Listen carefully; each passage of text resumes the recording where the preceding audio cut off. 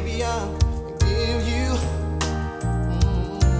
Later on, so by the time we were working on the second album, I remember us sitting in the studio and they were going, man, I can't finish counting the diamonds in my Rolex right now. And I was sitting there looking, I'm going, what are they talking about? And then I hate to do it. And, ain't no love lost. I mean, this is 100 years later, so it doesn't even matter. But yeah, I had a bad experience in the studio with Boyz II Men. Was it about the attitude or what? Attitude. Yeah. We fell out after that. What really happened behind the success of Boyz II Men? Were there hidden secrets and fraud that no one knew about? This famous R and B group seemed perfect, but was there a darker side to their story? How did they rise to fame? And what challenges did they face along the way? It's done. Fight for the UFC title. Extremely proud. I think that if Khalil was alive today, he would be sitting right in the sidelines with his big cigar and his big rings. In this video, we will explore the untold story of Boyz II Men. Could there have been betrayal or lies in the background? Let's uncover the truth behind their journey to fame and see what secrets might have been hidden from the world. Good to see you guys have been together since high school. Oh, yes. We all met at the High School of Creative and Performing Arts. We officially formed the group in 1988. A group of 4 young singers from Philadelphia took the music world by storm with their debut album, Cooley High Harmony. These 4 sweet voice guys, Nathan Morris, Wanya Morris, Sean Stockman, and Michael McCary, were once just kids with a dream. They met at the Philadelphia High School for Creative and Performing Arts and started singing together. But their journey to fame wasn't easy. Let's dive into the story. It all began when Nathan Morris, who was studying music, learned about classical and jazz music. He wanted to create something special, blending harmonies with beautiful lyrics. He and a few friends from school started a group called Unique Attraction. They even bought cheap suits and performed at a Valentine's Day concert. Their singing was perfect, and their synchronized dance moves made them stand out. So now you guys were singing in the bathroom, and who came in to go to the bathroom? That'd be you, Mike. Yes. You came in just having a go. Yes. And what, you started singing? I started singing a bass line to what they were doing. Over time, the group became a quartet, changing their name to Boyz II Men, inspired by a song by New Edition. One day they got the chance to meet their heroes, New Edition, thanks to a little luck and determination. They impressed New Edition member Michael Bivins with their version of Can You Stand the Rain, and Bivins decided to help them. He got them signed to Motown Records and even co-wrote songs with them, producing their debut album.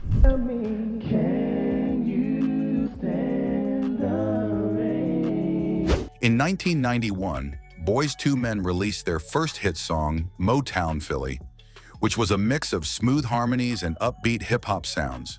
It was a huge success, reaching number 3 on the Billboard charts. Their next song, It's So Hard to Say Goodbye to Yesterday, was also a hit, peaking at number 2. But their biggest hit came with the song End of the Road, which dominated the charts for 13 weeks straight. Cooley High Harmony was a massive success, selling over 9 million copies. Their smooth love songs became favorites at proms, weddings, and all kinds of events. Boyz II Men even went on tour with MC Hammer and won 4 Grammy Awards over the course of their career. Their second album, 2, was an even bigger success, selling around 12 million copies in the US alone. The group made history by having back-to-back #1 hits on the Billboard charts, a feat only achieved by Elvis and the Beatles. Boys of the Second. Men became the best-selling artists in Motown Records history. Done. Fight for the UFC title.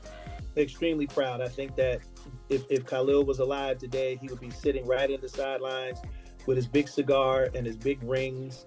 Amidst their success, the group faced a terrible tragedy. Their tour manager, Khalil Roundtree, was shot in during an attempted robbery while the group was on tour. This heartbreaking event shook the band and their fans deeply.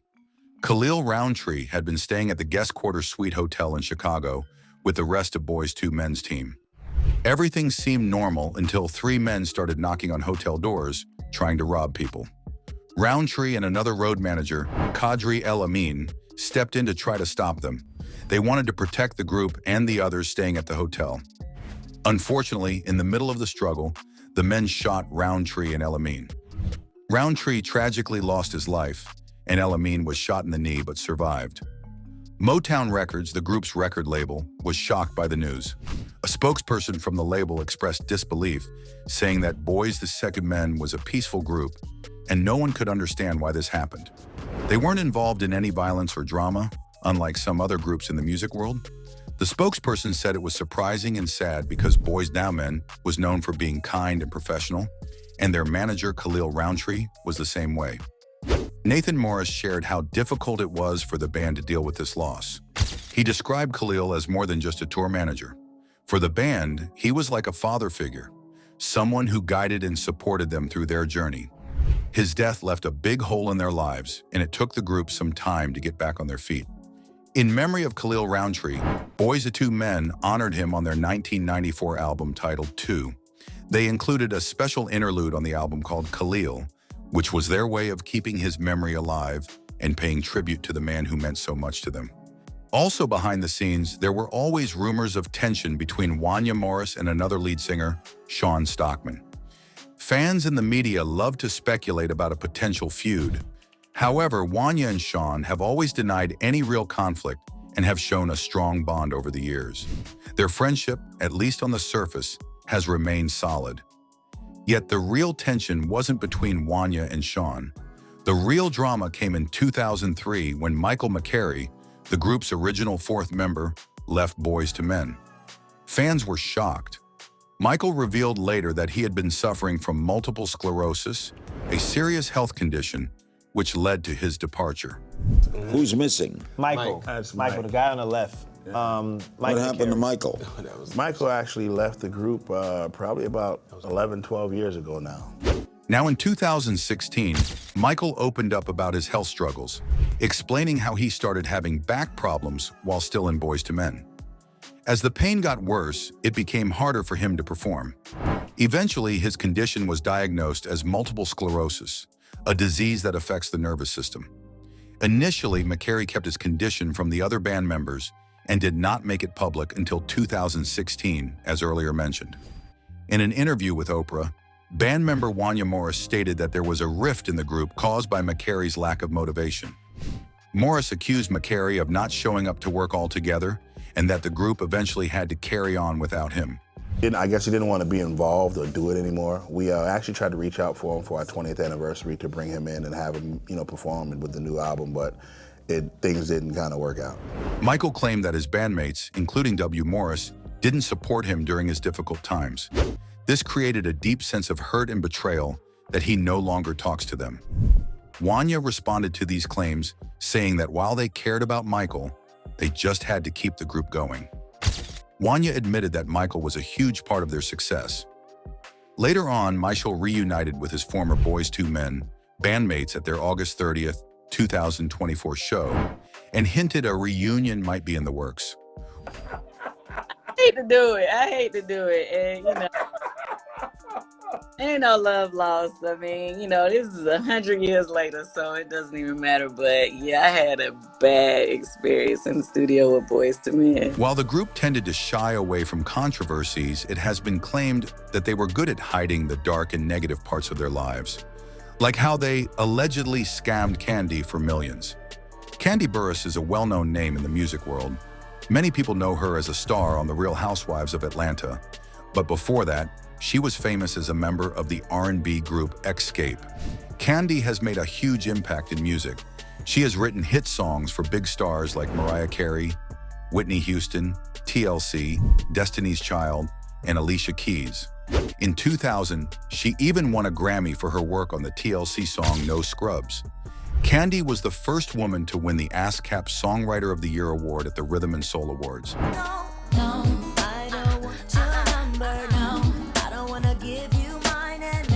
Despite her success, Candi has had some tough experiences in the music industry. One of the hardest moments for her was working with the Boyz II Men. During an Instagram live session, the singer-songwriter spoke to legendary musician Eddie Levert and his daughter about the most memorable time she's had as a singer-songwriter. And in response to their question about who was the most difficult person she's worked with, Burruss referenced the Grammy-winning group. I hate to do it. And, Ain't no love lost. I mean, this is 100 years later, so it doesn't even matter. But yeah, I had a bad experience in the studio with Boyz II Men. I hate to do it. I hate to do it, Burris said, but then continued. Ain't no love lost. I mean, this is 100 years later, so it doesn't even matter. But yeah, I had a bad experience in the studio with Boyz II Men. We fell out after that. It was an issue. I don't think I've ever been disrespected like that before in a studio in my life. It was crazy, really. But at the end of the day, that was a long time ago.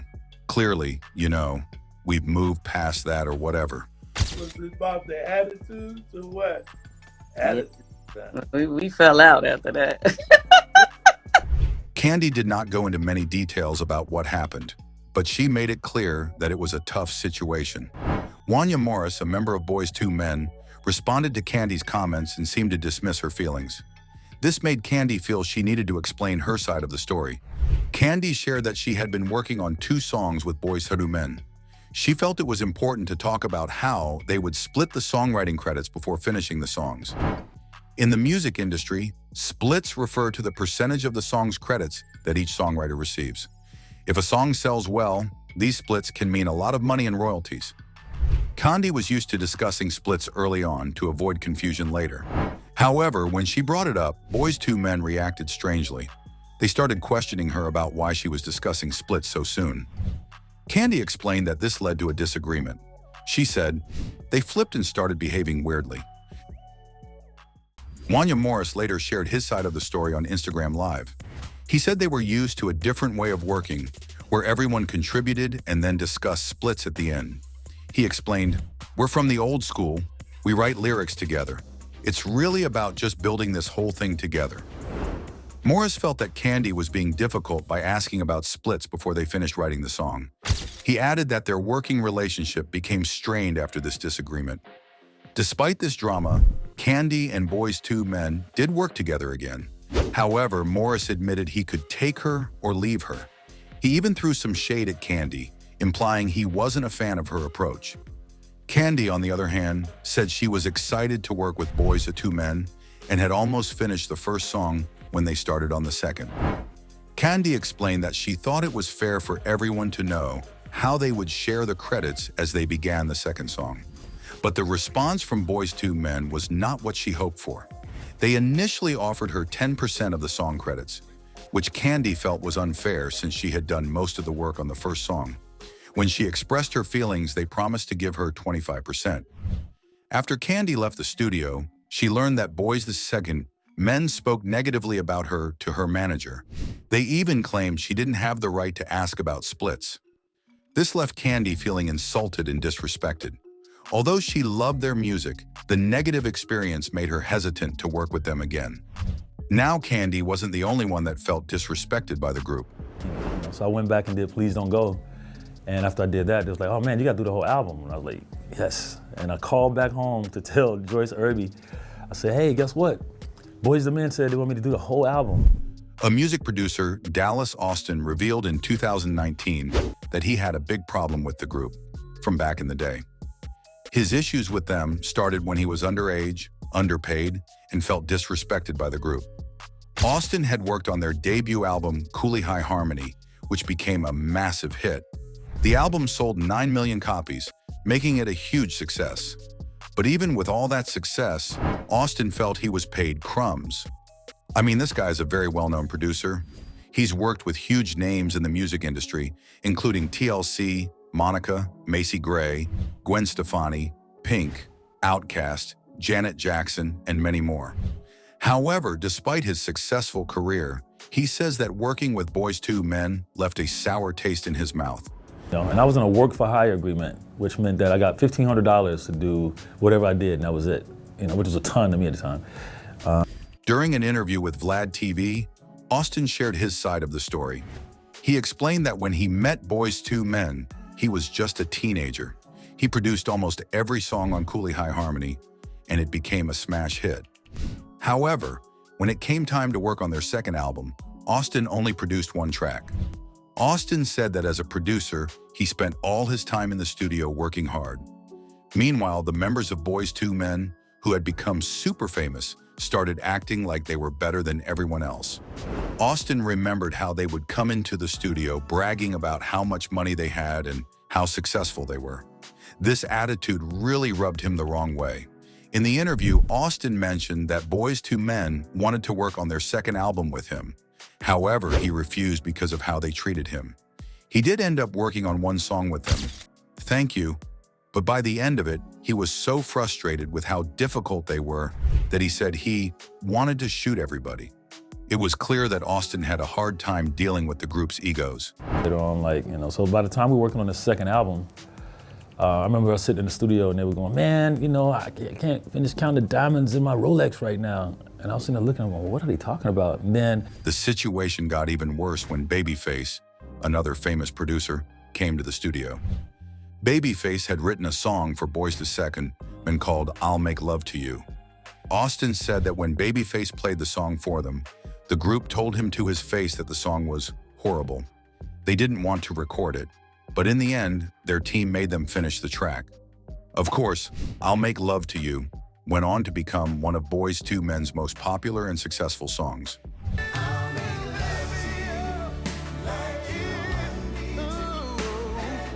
After Austin's interview, Nathan Morris, one of the members of Boyz II Men, responded on Twitter. He was angry and claimed that everything Austin said was a lie.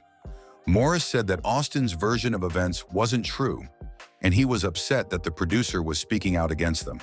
The truth about what really happened between Dallas Austin and Boyz II Men may never be fully known, but one thing is for sure. Austin felt mistreated by the group, and it's clear that the bad blood between them hasn't completely gone away, even after all these years.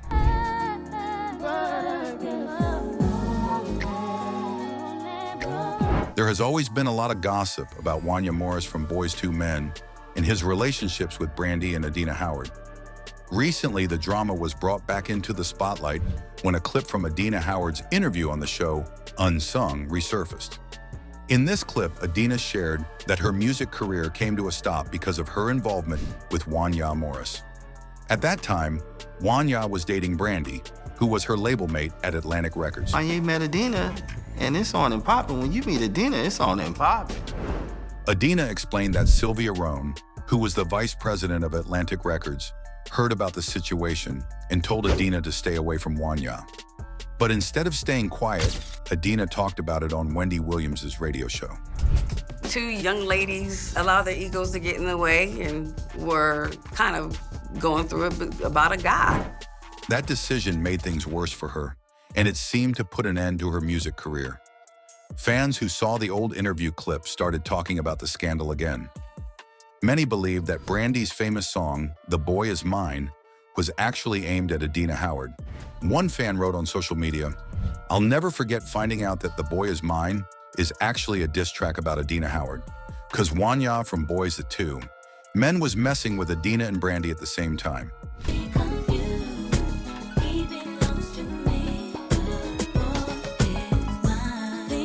Another fan pointed out that the relationship between Wanya and Brandy was a bit uncomfortable because Wanya was 22 years old, and Brandy was only 16 when they started dating.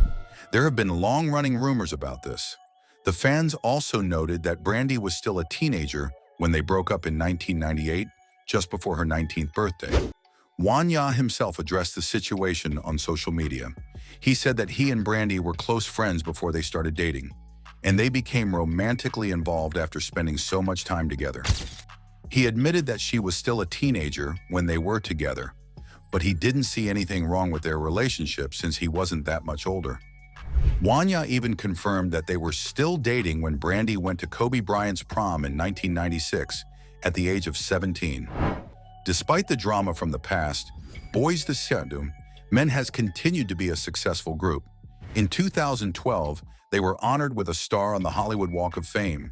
The group has been around for over 30 years, and Wanya says that their love for performing keeps them going. They have outlasted many of their competitors and still dress sharply and perform with passion. Today, Wanya has been married to his wife, Tracy Nash, for 21 years, and they have 6 children together. Brandy, on the other hand, never got married but has a daughter, Cirai Smith, with her ex-boyfriend, music producer Big Bert. Like her mom, C-Rai is also entering the music industry. Talking about Wanya marriage. Recently, Wanya has found himself in the middle of some family drama. Wanya was married to his first wife, Tracy Nash, for many years. They got married in 2002 and had 6 children together, including 4 sons, who are now part of a boy band called Wanmore. In 2019, Wanya remarried a woman named Amber Reyes, but there was one problem. He wasn't legally divorced from Tracy when he married Amber. People have started comparing Wanya's situation to that of another singer, Brian McKnight, who faced backlash for abandoning his children. Fans are accusing Wanya of doing something similar, saying he left his black children behind to start a new life with his second wife. These claims have sparked heated conversations online. Wanya's 4 sons, Wanya II, Wanya III, Wanya IV, and Wanya V, formed a singing group called Wanmore, and they've been gaining attention in the music world. However, fans notice that Wanya doesn't seem to have a close relationship with his sons anymore. He hasn't appeared in any recent videos with them and doesn't post much about them on social media. His social media mainly focuses on his new wife, Amber, and their daughter, Anella. Fans started noticing this when, in 2023, Wanya didn't appear in a viral video with his sons. People began to question why he wasn't more involved in their lives. They even scanned his Instagram account, where they found no recent pictures of him with his older children. The last time he posted about them was back in 2018, except for one post congratulating his son on graduating high school in 2023. Wanya responded to these accusations on social media, saying that he is hurt by the situation and wants to fix things with his children. He admitted that he can't have a relationship with them right now, but he still loves them very much.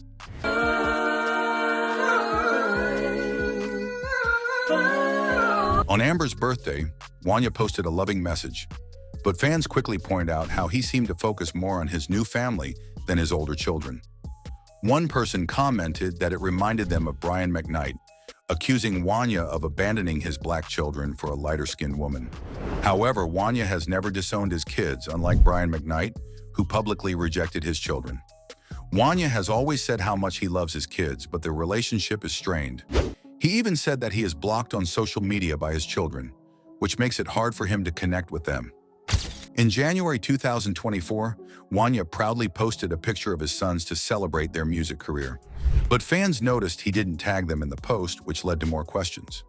When asked why he didn't tag them, Wanya explained that he couldn't because they had blocked him on social media. He hinted that maybe their mom, Tracy, could help resolve the situation. As this drama continues, many fans are left wondering if Wanya will ever be able to rebuild his relationship with his older children. Some people sympathize with Tracy and her strength in raising the boys, while others feel disappointed in Wanya. However, some fans defend him, saying that people have the right to move on after a breakup. Only time will tell if Wanya and his children can find a way to heal. Anyway, that is all for today.